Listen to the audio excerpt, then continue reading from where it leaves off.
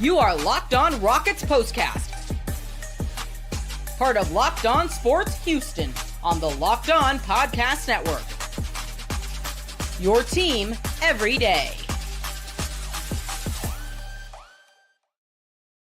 It's never a good thing to do a show and to start it by saying I'm nearly speechless, because the way that you're supposed to do a show is that you have to talk. And what the Rockets just did down the stretch in the last, 4-ish minutes of the basketball game basically has made me speechless. In a season that has been so much about development, so much about growth, that has been so much fun, on a night that 45 minutes of gameplay look like you're going to walk to an easy victory. Went away like that. It is a definite moment of learning for a young basketball team that has not played bad basketball at all this season overall for extended periods of time. My goodness, what a choke job down the stretch as they fall 113-112 to the Minnesota Timberwolves, being outscored in the fourth quarter 37-28. Well, hello and welcome tonight to the Locked On Rockets Postcast. I am your host, Michael Connor. Thank you for joining us. As you can tell, I'm going to go ahead and admit it. This real quick, by the way, this show is brought to you by FanDuel. The NFL playoffs are almost here, but it's not too late to get in on the regular season action with FanDuel, because right now new customers can finish the season strong with $250 in bonus bets if your first $5 bet wins. Visit FanDuel.com to get started. So I'm going to go ahead and admit it. You know, you see the graphics set up here. You guys, if you've watched the show regularly, you know we usually have a little thing over here that's going to preview what we're going to talk about and whatnot. As you can see, we don't have that tonight because I didn't bother making one for a loss. It looked like they had the win in the bag, right? I mean, they came out to start the second half, and that third quarter was awesome. Absolutely awesome. They took control of that basketball game. That start of the fourth quarter was absolutely awesome. They built the lead to 16. So, look, why make some graphics if I'm not going to, use them, right? If I don't have to, don't make them. I didn't make graphics for a loss. I had the last second pivot to do the thumbnail for this show and to change the title of it because I wasn't expecting this. Oh, the first world problems of being the one that hosts the show. Man. Now to the bad of this. Look, here's what happened. Here is what happened. They, for the first time this season, showed what a young team can do sometimes. They got too far ahead of themselves. And you know that is going to be the message that Ime Udoka has. He's not going to have it in a nice way, I'm sure. I'm sure there's going to be plenty of yelling and plenty of cursing, as he told everybody a few weeks ago. What happens at halftime? Cussed him out. I'm sure he's cussing him out right now. I would be. This was another night that, look, the Rockets have proven this season so far that they're a better team than Minnesota, right? They've played that way. They're in a stretch right now where they're playing 5 games against some pretty good teams. And I think that this is a stretch where you need to make a little bit of a statement. This was the first statement of this little statement stretch. And they've already kind of made a statement once against Minnesota. But look, it's kind of been the tale of 2 games, right? They've played this Minnesota team twice, and it's happened 2 times. They blew the lead basically last time and allowed them back into it, and it went to overtime, and they were able to pull it off. And tonight, it was when the Amen Thompson dunk happened. You saw, they were feeling themselves. And I don't blame them. Even me as a fan, I was feeling it. I was sitting there soaking it in going, man, what a win. The first half was not the most unbelievable first half. It wasn't horrible.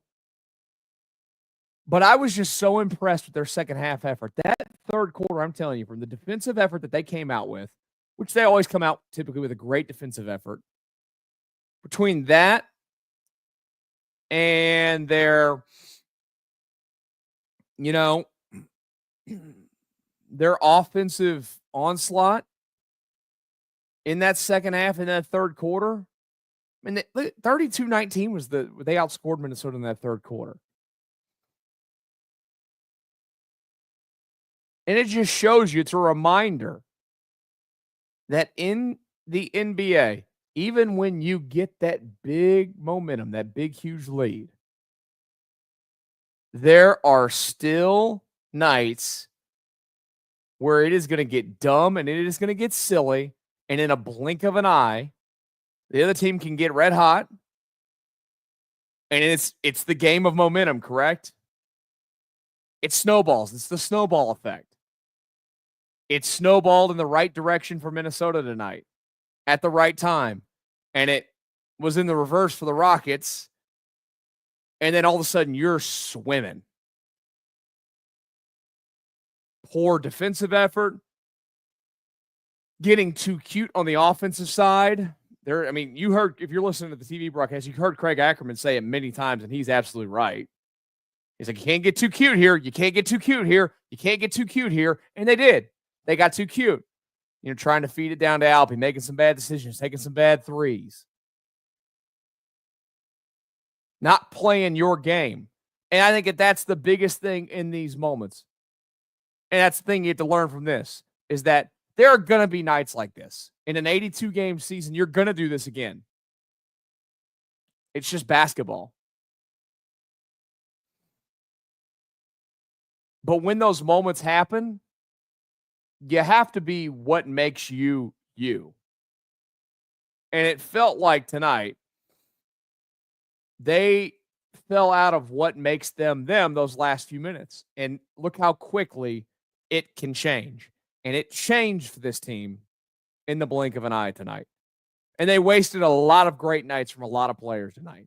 That's the other part that stinks about this. We'll talk a little bit about those. Alperen Şengün tonight, I know he did and I'm going to stand up to do this. He did the too short meme last time to Rudy Gobert. He made him look like that again tonight. And why that stings to lose a game like this, we'll talk about that here in just a second on the Locked On Rockets Postcast. Right now, though, I'll tell you guys about Robinhood. With Robinhood Gold, you don't need a silver spoon to eat up the financial favors of the 1%. Robinhood Gold allows others to get the rates and perks usually reserved for the high society. Now the resourceful individual with Robinhood Gold can earn the very liberal rate of 4.25% APY on uninvested cash and be rewarded with a handsome 3% retirement boost on IRA contributions. Robinhood Gold provides the privileges of a high net worth for any net worth. These generous benefits are now available for only $5 per month. The new gold standard is here with Robinhood Gold. Sign up at Robinhood.com/gold. Terms apply. For product-specific disclosures, visit Robinhood.com/gold. Investing involves risk. Rate may change. Gold membership is offered by Robinhood Gold, LLC. Locked On Rockets Postcast tonight following, to me, the most painful loss of this 2024-2025 season for your Houston Rockets. Excuse me one second. I have to stay, as you can hear, we're still fighting through getting the voice back from being sick a little bit as we talk through the show. Appreciate you guys stopping by tonight. I am your host, Michael Connor. If you're watching this live, thank you. If you're watching this later on, also thank you. I do see you guys are pouring into the comments. Appreciate those as well. I get it. I'm frustrated just like you. It is a tough one. It is one of those moments that in the moment right now for you and I, it's, you want to be mad about it. They've not given you a lot to be mad about this season. That's the good news. Is they have not given you a lot to be mad about. And tonight they gave you one of those moments. You hope that and I do feel pretty confident in that. the way that they're coached, the way that Ime Udoka runs this ship, this is going to be a teaching moment. You know, you can't have a lot of these now. That's the game that they have to play now. You can't have these moments happen a lot because they have, first of all, played to where they've raised the level of expectation that we all have for them. Correct? Yes. I said it last night. The way that they played this season, the way that they played defensively every single night, you know, are they the world's greatest shooting team? No. And that's something that I think that you can see late in the game where like that, where they're missing, you know, this team could really, really benefit from a dead-eye shooter. You know, the hope when you drafted Reed Shepherd is that he's going to be that guy at some point. He's been a little bit of a rookie so far this season. The shot's not been there. I don't have a doubt that it's going to come along at some point. But they really need some really good shooters from the outside. Because when you can't get anything going offensively, and the only looks that you're getting are three-pointers, and that's kind of what they got late, other than Alpy doing his thing, you know, it's hard to create that offense. Like, as you look at it tonight, their one guy off the bench you would expect to get some offense from didn't really bring it in Cam Whitmore.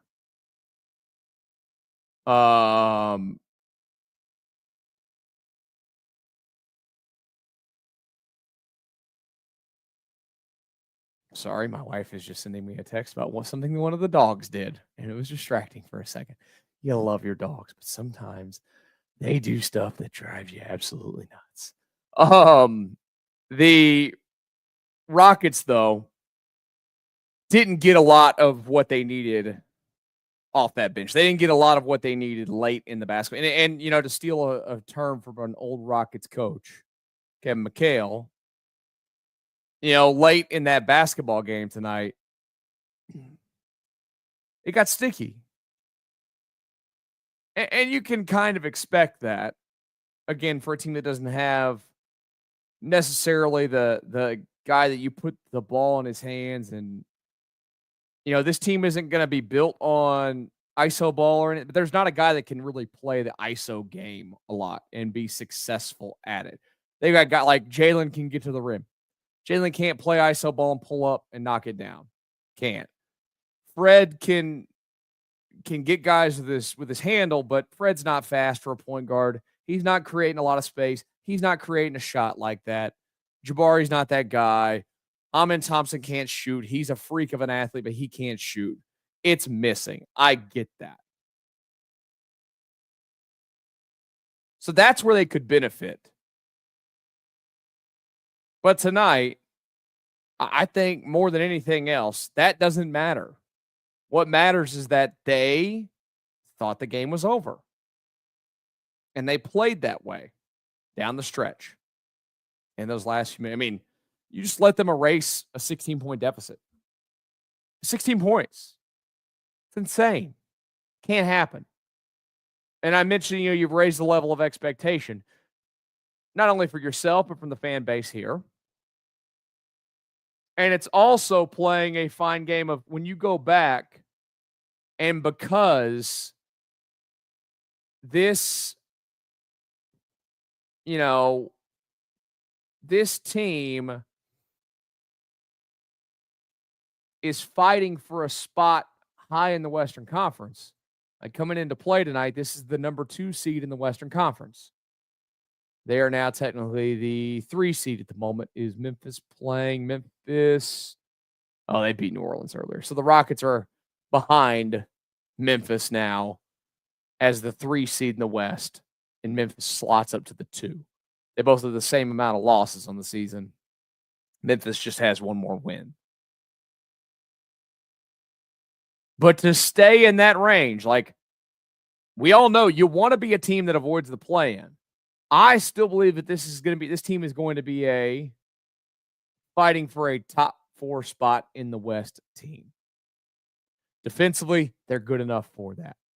No doubt about it. Offensively, yes, there are some things lacking there.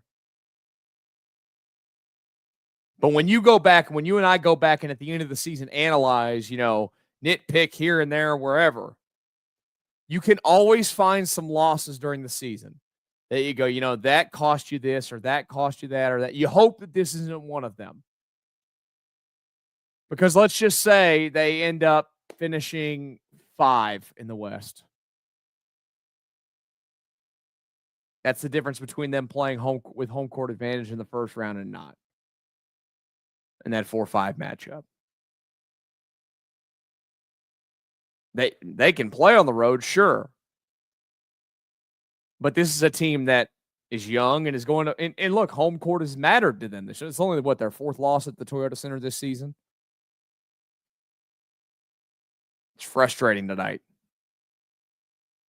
Not to the point where I want to turn around and bop something back here on my wall. Because I'm still having a blast with this basketball team. Overall.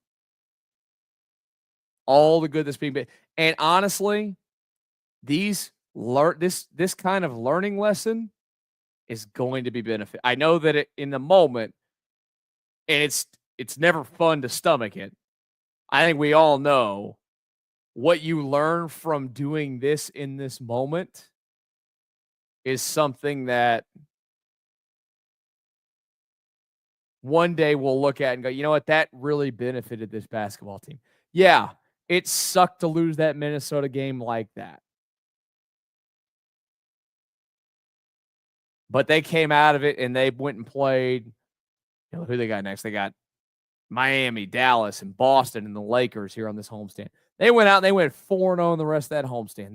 They paid all the attention to the detail. They gave even more effort, and they already give a lot of effort, and they didn't let those kind of moments pop up where they slip at all.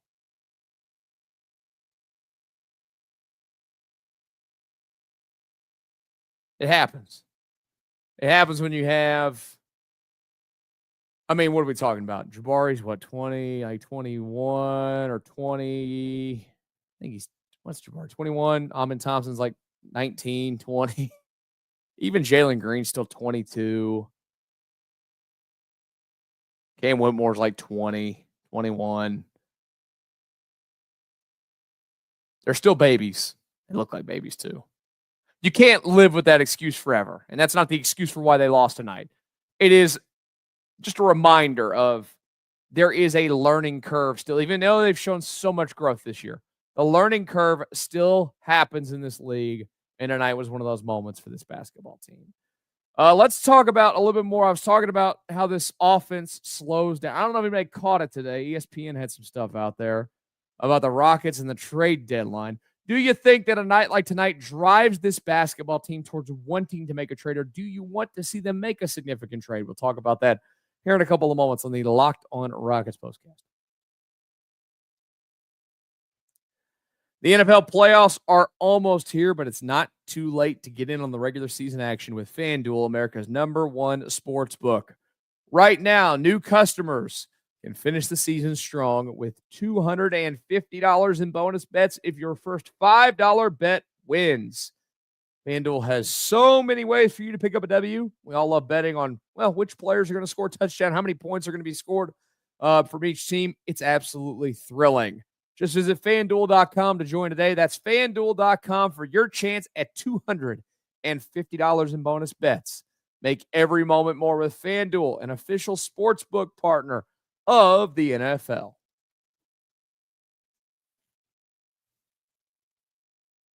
Hi, and welcome back to the Locked On Rockets Postcast tonight after a tough loss to the Minnesota Timberwolves. 113-112, choking it away at the end is what your Rockets unfortunately did tonight. I talked about it a few minutes ago, but the offense at the end of the game gets a little interesting from the standpoint of not being able to create a lot.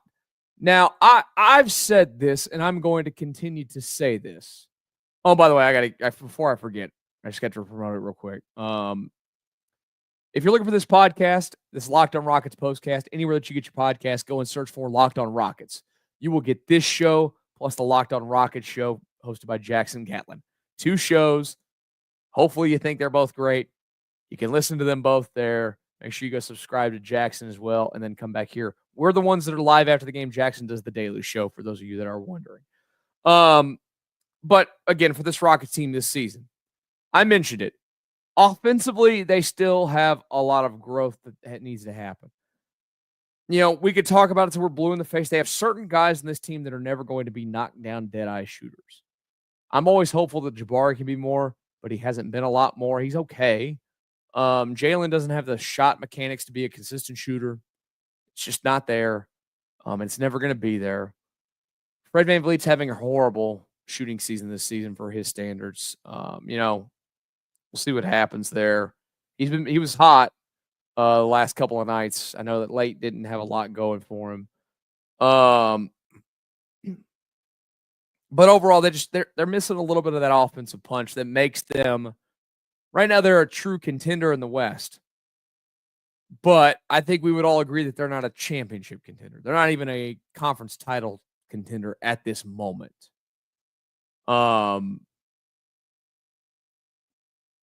A star-level offensive player would make you that. And ESPN.com had this today. I don't know if you've seen this. It says star players are changing addresses. Has long been water cooler topic of the NBA, blah, blah, blah. But it talks about, on the team side, the Houston Rockets, with their combination of a coach whose players are excited to play for, Ime Udoka, their plethora of young players, and a bunch of draft picks, are the runaway pick as the team to watch when the next star becomes available. The whole landscape of the league, an Eastern Conference scout said, could change based off what they do. Now, I do agree with that completely. It mentions in here that teams are watching what's going on with the Bucks and Giannis Antetokounmpo. They're watching what's going on with the Kings, who fired Mike Brown today, and De'Aaron Fox's situation there. It also mentions Jimmy Butler. I will say it again. I think I've said it once, and I'll say it again. Zero interest in Jimmy Butler here. None. Don't trade for him. It makes no sense to me. I know that he's on the list of teams that that he would, want to be traded to. Sorry, dude. If you were like 28 years old, maybe we could talk. You're 35, and I'm just not interested. And he seems to wear out his welcome eventually wherever he goes. I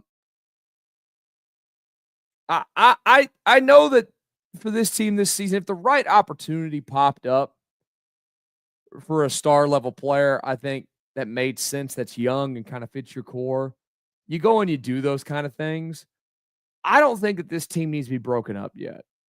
And, really the players, if you pulled off a trade, you're not trading Amen Thompson. I've talked about this before. Jalen Green's available when he's eligible to be traded. Jabari could be traded. I don't think you'd want to. I don't think they'd want to trade Reed Shepherd yet.